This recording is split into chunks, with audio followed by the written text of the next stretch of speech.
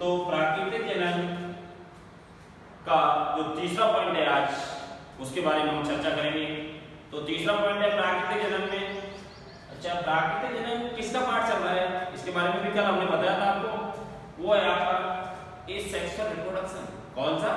Asexual reproduction, जिसको अलैंगिक जनन का पार्ट बोलते हैं। और अलैंगिक जनन में प्राकृतिक कायक जनन था और प्राकृतिक कायक जनन भी दो पार्टों में हमने कल आपको पढ़ाया। और आज देखते हैं तीसरा पॉइंट है पत्तियों के द्वारा कायक प्रवर्धन। किसके द्वारा? पत्तियों के द्वारा कायक प्रवर्धन।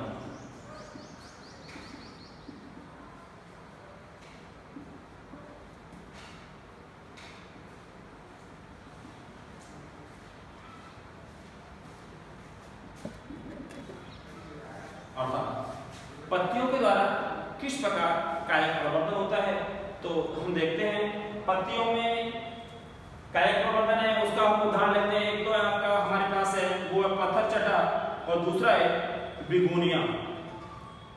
पत्थर चटा, कौन सा? पत्थर चटा। और पत्थर चटा को हम इंग्लिश में क्या बोलते हैं? ब्रायोफिलम। क्या बोलेंगे? ब्रायोफिलम। पत्थर चटा। और दूसरा है आपका है वो है बिगोनिया।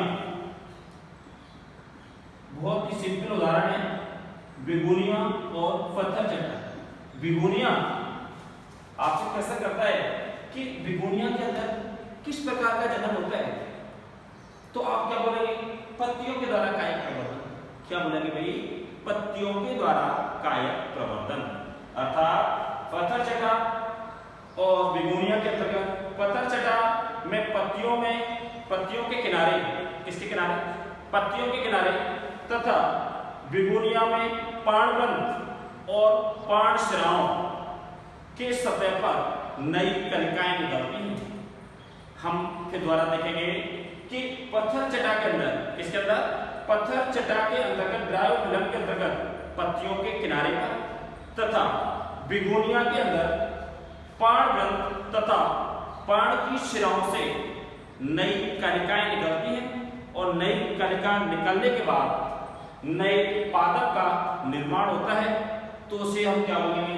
पत्तियों के द्वारा कायक प्रवर्धन। किसके द्वारा? पत्तियों के द्वारा। तो पत्तियों के द्वारा कायक प्रवर्धन उदाहरण हमारे पास दो ही मिलेंगे, वो है आपका पत्थर चटा और बिगोनिया।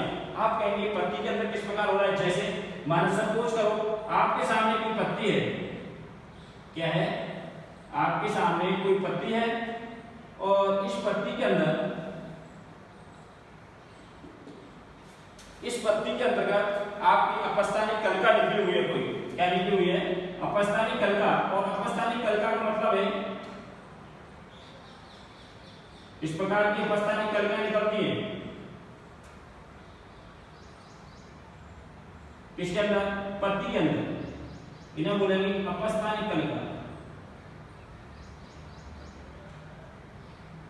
अपस्थानिक कलिका। और देखो माना सपोज करो आपकी पत्ती है और इस पत्ती एक पत्थर चटा बिगोनिया की है, किसी की भी हो सकती है भाई। तो ऐसी स्थिति में अगर पत्थर चटा हुआ तो उसके किनारे पर, और अगर बिगोनिया है ना शिराओं के किनारे पर, ये क्या है? शिरा। इन शिराओं के किनारे पर अपस्थानिक कलिका निकलेगी और ये अपस्थानिक कलिका प्लांट से अलग हो जाएगी और नए प्लांट का निर्माण हो जाएगा। उसे बोल देंगे पत्तियों के द्वारा कायक जनन। क्या बोलेंगे?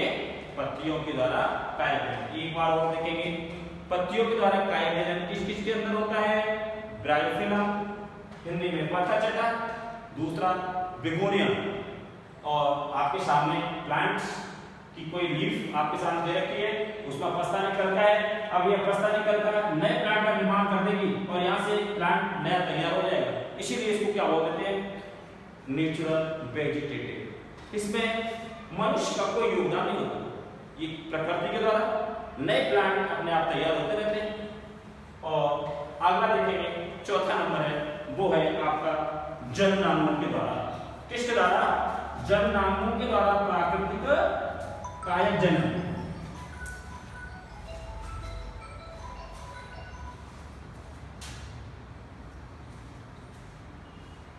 जननांगों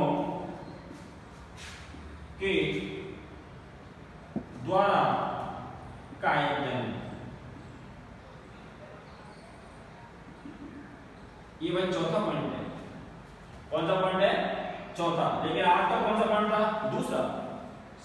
क्योंकि प्राकृतिक कायिक जनन पहला था तने के द्वारा, दूसरा था जड़ के द्वारा, तीसरा था पत्ती के द्वारा, चौथा है जननांगों के द्वारा कायिक जनन।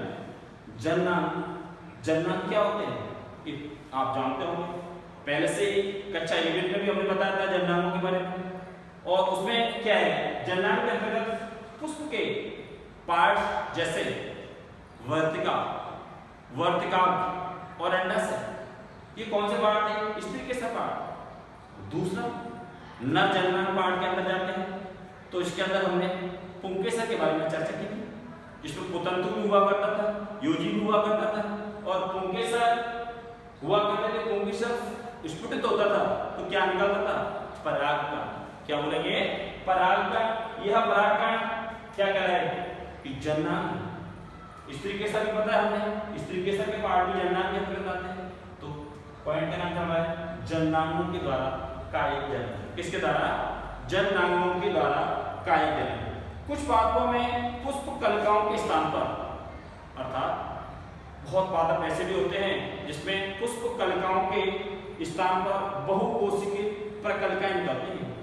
बहुकोशिक, बहु कहते हैं अनेक कोशिकाएं, छोटी छोटी कलिका निकलती हैं और ये कलिकाएं भूमि में गिर जाती हैं और भूमि में गिरने के बाद नए प्लांट विकसित हो जाते हैं। देखो एक बात और देखेंगे, जननांगों के द्वारा। किसके द्वारा? जननांगों के द्वारा। कुछ पादपों में पुष्प कलिकाओं के स्थान पर, किसके स्थान पर? पुष्प कलिका। पुष्प कलिका नहीं होंगे वहां, उसके स्थान पर क्या होगा भाई? बहुकोशी प्रकलिका। अनेक कोशिका प्रकलिका उत्पन्न होगी और ये प्रकलिका नेचुरल, चाहे हवा के द्वारा या किसी भी स्थिति में नीचे भूमि पर गिरेंगे जाके, और भूमि पर गिरने के बाद नए पादप का क्या होगा? निर्माण। उसे क्या बोलेंगे? जननांगों के द्वारा कायिक जनन। अब आप कहेंगे कि जननांगों के द्वारा भी हमने सेक्सुअल रिप्रोडक्शन पढ़ा था और आपने बताया सर कि इस सेक्सुअल रिप्रोडक्शन के अंदर जननांग आते ही नहीं। अब इसमें क्या है? जननांगों के द्वारा आ रहा है, इसका मतलब जननांग का पार्ट काम नहीं आ रहा है इसमें, पुंकेसर कार्य नहीं कर रहा, पुतंतु कार्य नहीं कर रहा। और बताओ इसके अंदर कोई अंडाशय वर्तिका दिखाई दिया? नहीं, केवल पत्र प्रकलिकाएं निकली थी, वो भूमि में गिरी, नए पादप का निर्माण हुआ अनुकूल परिस्थिति आने पर। अनुकूल परिस्थिति क्या है आप जानते होंगे, मौसम के हिसाब से, जैसे वर्षा का मौसम है, नमी मिल जाए प्लांट को तो नया पादप वहां से विकसित हो जाता है। ऐसी स्थिति में जननांगों के द्वारा कायिक जनन है। अब इसमें उदाहरण देखेंगे रामबांस और रतालू। क्या देखेंगे भाई? उदाहरण क्या होगा? रामबांस और रतालू।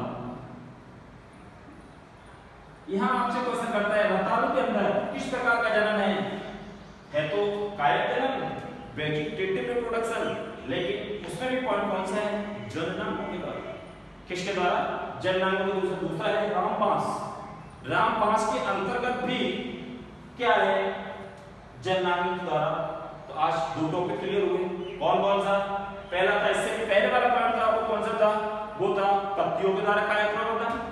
पत्तियों में केवल दो उदाहरण हमने दिए थे आपको, ब्रायोफिलम, पत्थर चटा का, और सेकंड था आपका वो था आपके सामने पत्थर चटा के साथ साथ दूसरा आपका पॉइंट था वो था ऐसी स्थिति में बिगोनिया। क्या था? बिगोनिया। तो सर ये आपका दो पॉइंट बिगोनिया, पत्थर चटा, और दूसरे में जननांग में केवल रामबांस और रतालू आते हैं। क्या आते हैं? रामबांस और रतालू।